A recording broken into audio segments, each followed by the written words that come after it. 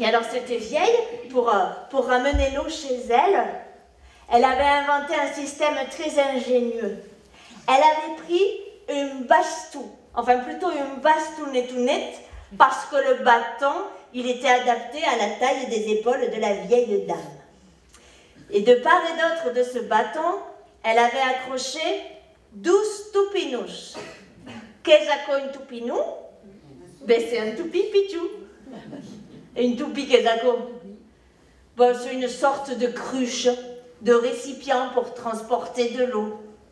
Alors des toupinous, il y a 12, une des cas de coustat, et tous les jours la vieille, elle cargue les toupinous, et puis elle descend jusqu'au ruisseau. Et ça fait trotte tout pique troutavo, trotte tout pique troutette, trotte tout pique troutavo, trotte tout pique troutette. Quand elle arrive en bas, elle remplit d'eau ses toupinous et torno monta. Alors sur le retour, ça va un peu plus doucement, perché è scargato la vieille. Donc si vous voulez vous délier la langue, là c'est le moment, vous pouvez faire avec moi. Trotte tu pique troutavo. Je vais encore un peu vite pour la vieille. Trotte tu pique troutette. Trotte tu pique troutavo. Trotte tu pique. Bien. Et quand elle arrive en haut, à chaque fois, escremado. Mais tous les jours, elle fait ça. Et il faut que vous sachiez que les deux toupinous ne sont pas en tout point pareils. Il y en a un qui est tout beau, qui est bien lisse, bien parfait. On dit de lui « espulit cum in astri ».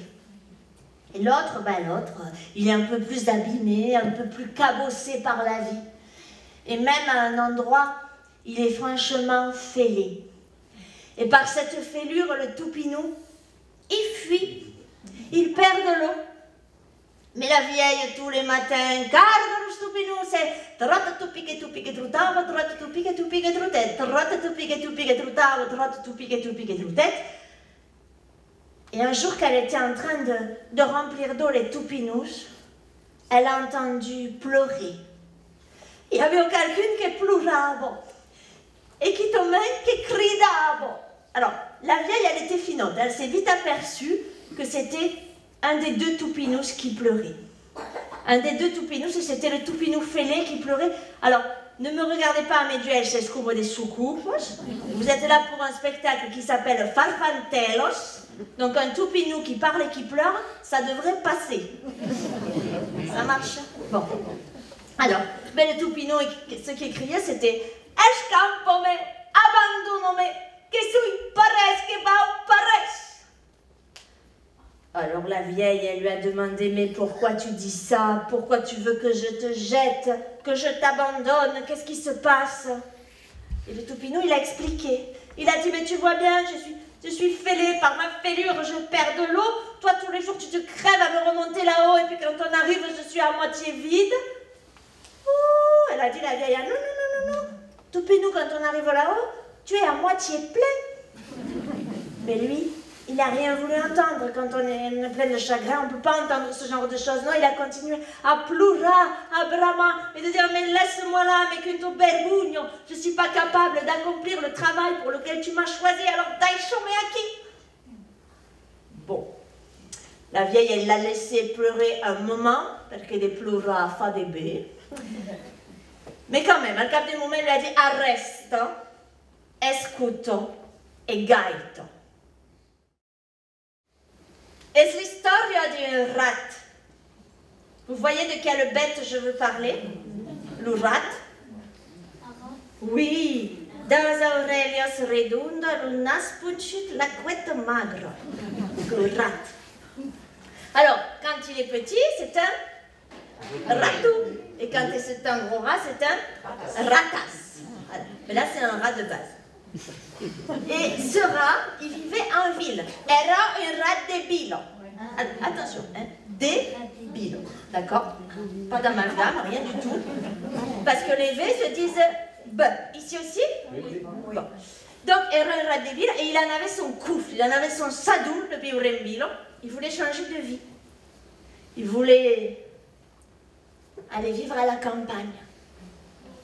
Il voulait faire ce qu'on appelle un retour à la terre. Alors on lui avait parlé du Périgord.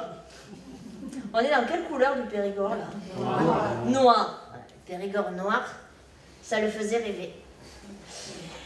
Mais bon, il en faut du courage pour tout quitter, pour partir vers l'inconnu. Alors il était plein de doutes, ce rat, il n'osait pas, il s'est posé des questions. Est-ce qu'on va bien m'accueillir? Est-ce que je saurais faire? Enfin, toute une des causes. Mais un matin, le rat, il s'est dit, il n'est jamais trop tard pour devenir celui qu'on aurait toujours voulu être. Un avion di Luca Plorat. Et un matin, il a mis le chemin sous ses pattes de rat. Et camino, camino, que caminarás, camino, camino, que caminarás. Il a pris le chemin de la campagne. Alors c'était agréable, l'herbe sous ses petites patounettes, mais à un moment, ça n'a pas douté. Le doute, qu'est-ce que j'ai dit là? Ça n'a pas douté, je voulais dire ça n'a pas loupé. Faut me le dire quand je dis n'importe quoi.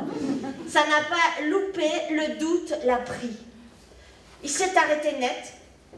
Et là, il s'est souvenu des paroles d'un vieux rat de bibliothèque qui lui avait dit « Quand sabes pas un te vas, arresto-te, et gaito d'un te vedes ».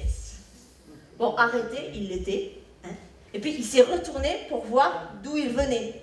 Puisque le proverbe, c'est « Quand tu ne sais pas où tu vas, arrête-toi et regarde d'où tu viens ». Donc, il était là, son derrière de rat assis sur un talus, en train de regarder le chemin parcouru, quand tout à coup, il y avait la ville, hein, toute grise, toute fumante au fond, ça, mais c'est tout à coup sur le chemin, il l'a vue.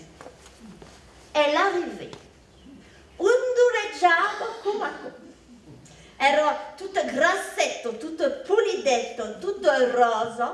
Elle était appétissante à souhait. C'était, devinez quoi?